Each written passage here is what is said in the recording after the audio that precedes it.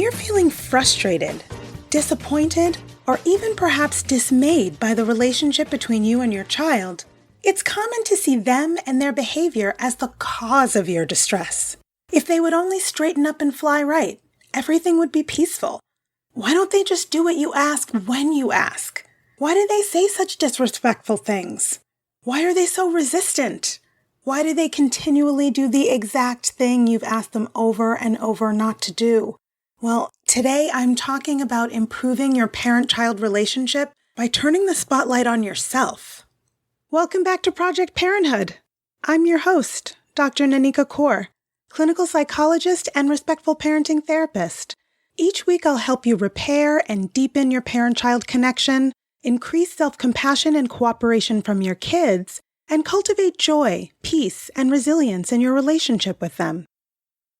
It feels so hard when you're in what feels like constant conflict with your child.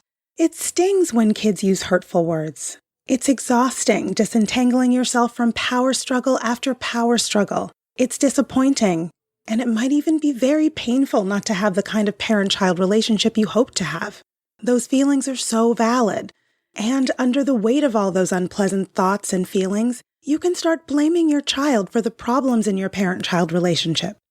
You might even start to believe that because your child won't change, the situation is hopeless, and you're helpless to do anything about it. This can feel especially true if you have historically used imposed consequences, otherwise known as punishments, and you might be feeling distant or even adversarial in relation to your child. They misbehave, you punish them, they get angry with you and act out, you get angry with them and punish them, and around it goes. You might feel like you're trying so hard to quote-unquote discipline them, and it all feels futile since nothing ever really gets better. If you're a regular Project Parenthood listener, you know that I don't advocate for the use of punishment or imposed consequences. You can learn more about the pitfalls of punishment on the episodes Should You Punish Your ADHD Child? And Why Threats, Punishment, and Adult-Imposed Consequences Backfire, and 10 Ways to Help Your Child Cooperate Without Using Punishments. I'll drop links to them in the show notes. The problem is, when you view the relational problems between you and your kid as all their fault, you're putting the responsibility for your well-being and happiness on them. That's a developmentally inappropriate expectation to have of your child or any child. It's not a child's job to make sure their adults are happy. And in actuality, you don't need your child's help or buy-in or cooperation to start making things better. Because it's when you're ready to take 100% responsibility for your own role in your parent-child relationship that you're most likely to see a positive change in your interactions with them. Instead of focusing on what your child should be doing differently, put the focus on yourself and the thoughts and feelings you're bringing into interactions with them. An important principle of respectful parenting is to view challenging behavior as the tip of an iceberg, the thing you can see on the outside.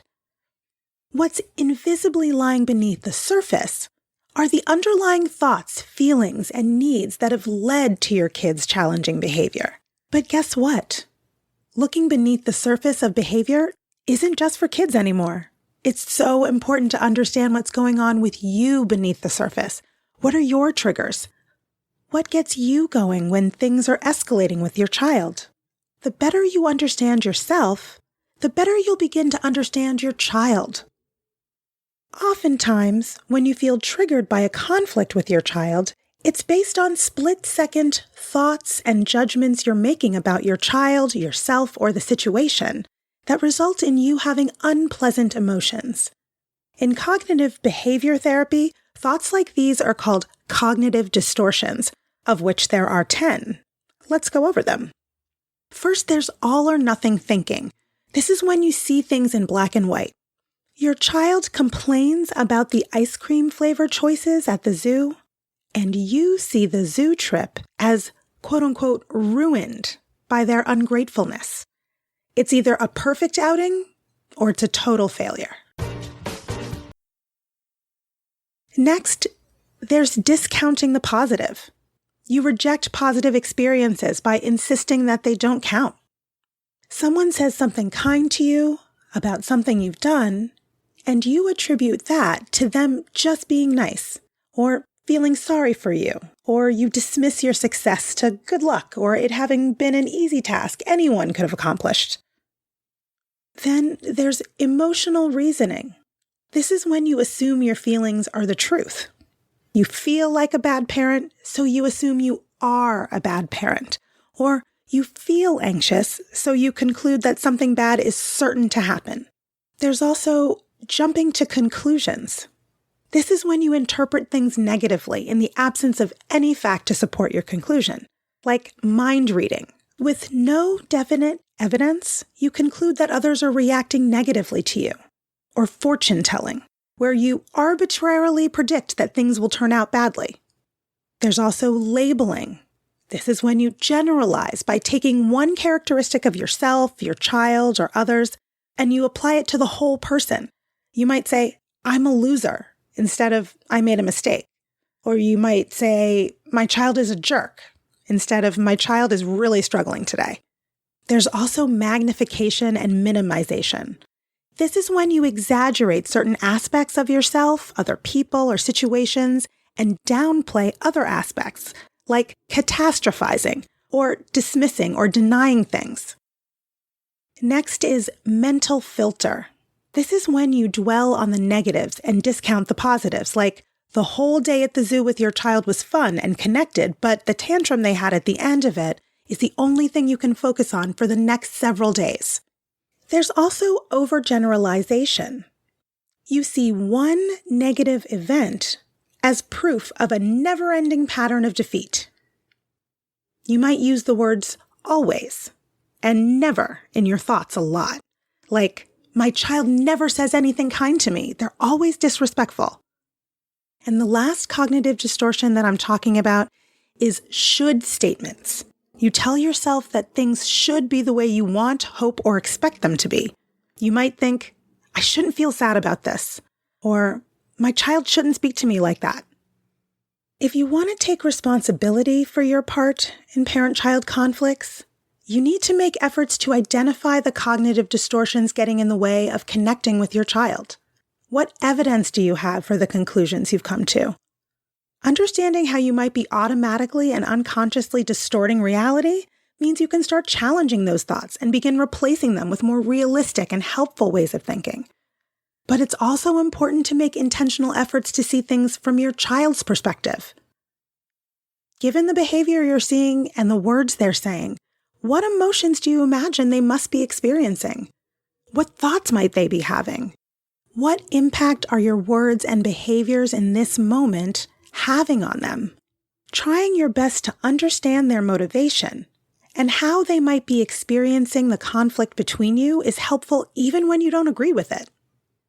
Once you've identified how you're feeling and you've made some educated guesses about or listened to how your child might be feeling, you're ready to start communicating openly and honestly with your child in a way that conveys warmth, caring, and respect. It's not wrong to be angry or frustrated, but how are you letting your child know about it?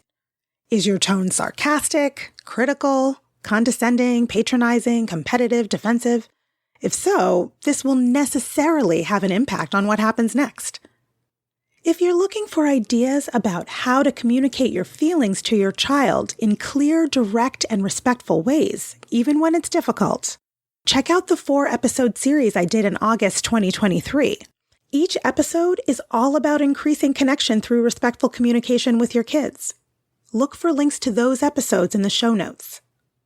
It may be frustrating that you're the one who needs to do the changing when your child's behavior is so challenging, but ultimately, if you want your child to hear you out and understand where you're coming from, you need to do so for them. This means asking about and listening to your child's perspective without getting defensive, arguing, or making verbal attacks, even when what they say is hard to hear. It can be tough to admit that you've hurt them or made a mistake or fallen short in their eyes somehow. But it's also a critical element of connected relationship repair. It's part of taking 100% responsibility for the part you've played, consciously or unconsciously, in the conflict between you. But when you're an active listener and validate your child's perspective and emotions, you're not only filling their emotional cup, you're also modeling how to really listen. Validating how your child feels from their point of view can reduce tension between you even in the heat of the moment. But that means entirely letting go of the need to be right and the need for retaliation. Defending your point or trying to get revenge will never reduce conflict, only increase it. Trying to change your child will ultimately keep you stuck in a negative cycle with them. You can't change your child's thoughts, feelings, and actions. And the more you try, the more they'll fight and resist you. But you can learn to change your own. You have the power to completely transform your relationship with your child without their help. If you want interactions with your child to get better and feel more satisfying, then put the focus on yourself. Assume full personal responsibility for solving the problems in the relationship. Commit to keeping your child's emotional cup filled, and you'll be that much closer to a more connected parent-child relationship. That's all for today's episode of Project Parenthood. Thanks for listening, and I hope you found this helpful. Be sure to join me live on Instagram at BK Parents on Monday, October 16 at 12:45 p.m., when you can ask me anything. You can get your questions answered in real time. If you have a question for me about parent-child relationships, respectful parenting tips, and/or parental mental health that you'd like me to cover in a future episode, shoot me an email at parenthood@quickanddirtytips.com. Leave a message at 646-926-3243, or leave a message on Instagram at BK Parents. That's BKPARENTS. And you can learn about my private practice working with parents living in New York State at www.brooklynparenttherapy.com. Catch you next week. Project Parenthood is a Quick and Dirty Tips podcast. It's audio engineered by Dan Firebend, and our director of podcasts is Adam Cecil. Our podcast and advertising operations specialist is Morgan Christensen. Our digital operations specialist is Holly Hutchings. And our marketing and publicity associate is Davina Tomlin. See you next week.